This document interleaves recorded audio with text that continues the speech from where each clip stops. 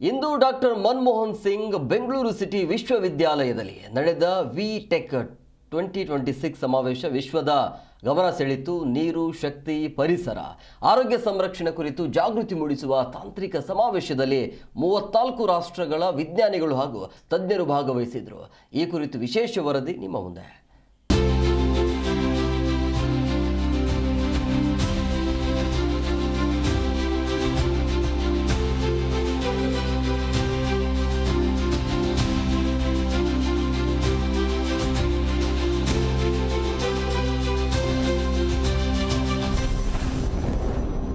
ಬೆಂಗಳೂರಿನಲ್ಲಿ ವಿ-ಟೆಕ್ 2026 ಅಂತಾರಾಷ್ಟ್ರೀಯ ಸಮಾವೇಶ.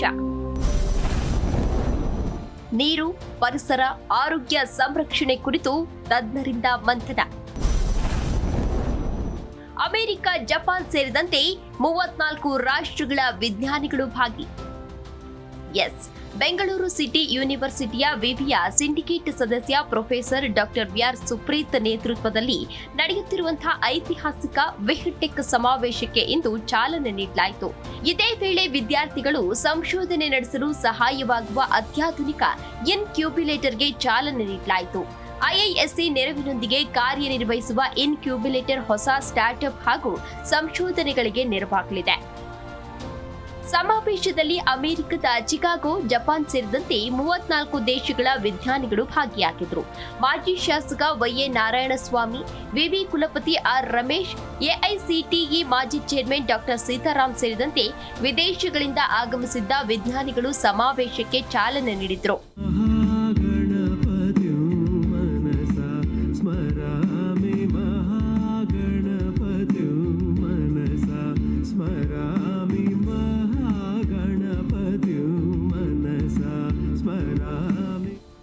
ಅಲ್ಲದೆ ವಿಶ್ವದ ಅತಿ ದೊಡ್ಡ ನೀರು ಮರುಬಳಕೆ ಘಟಕ ಹೊಂದಿರುವ ಚಿಕಾಗೋ ಸೆನೇಟರ್ ಇಲ್ ಲೌರಾ ಮರ್ಫಿನ್, ಚಿಕಾಗೋದ ಸ್ಯಾಮ್ ಮರ್ಫಿ ಕಾರ್ಯಕ್ರಮದ ವಿಶೇಷ ಅತಿಥಿಗಳಾಗಿದ್ದರು.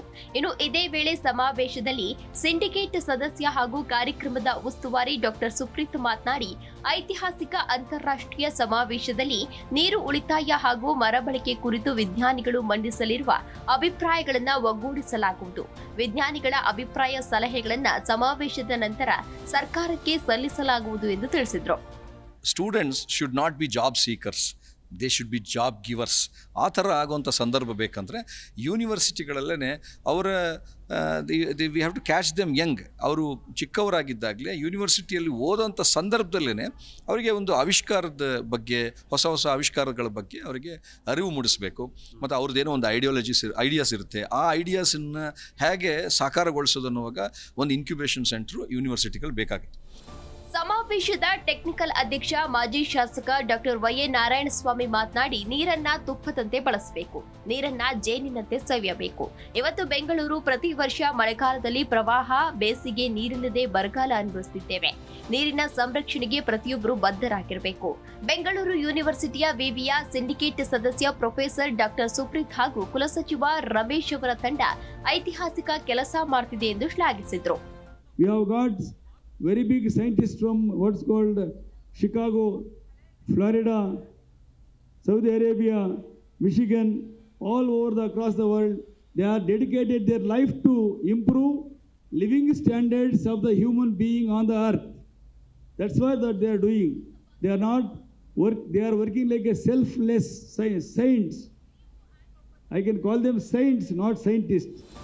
ಸಮಾವೇಶದಲ್ಲಿ ಚಿಕಾಗೋ ಸೆನೇಟರ್ ಲಾರಾ ಮರ್ಫಿ ಮಾತನಾಡಿ, ಭಾರತ ಸಂಸ್ಕೃತಿ ನೋಡಿ ಬಹಳ ಖುಷಿಯಾಯಿತು.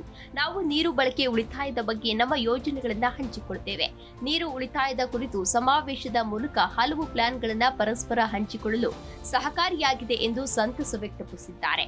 You are going to help solve your issues with water, with all the sustainability, with all of the energy that we need, and collectively this world will work together to help resolve those issues and benefit all of us. So thank you so much and enjoy your conference.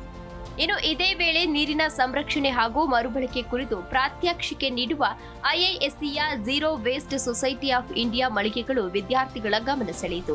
ಒಟ್ಟಾರೆ 3 ದಿನಗಳ ಕಾಲ ವಿಜ್ಞಾನಿಗಳು ನೀಡಿರುವ ವಿಚಾರ ಸಂಕಿರಣಗಳು ಯುವ ಜನಾಂಗದಲ್ಲಿ ನೀರು ಸಂರಕ್ಷಣೆಯ ಕುರಿತು ವಿಶೇಷ ಜಾಗೃತಿ ಮೂಡಿಸಲಿದೆ. ಮಲ್ಲಿಕಾರ್ಜುನ್ ಪ್ರಸನ್ನ ಜೀ ಕನ್ನಡ ನ್ಯೂಸ್ ಬೆಂಗಳೂರು.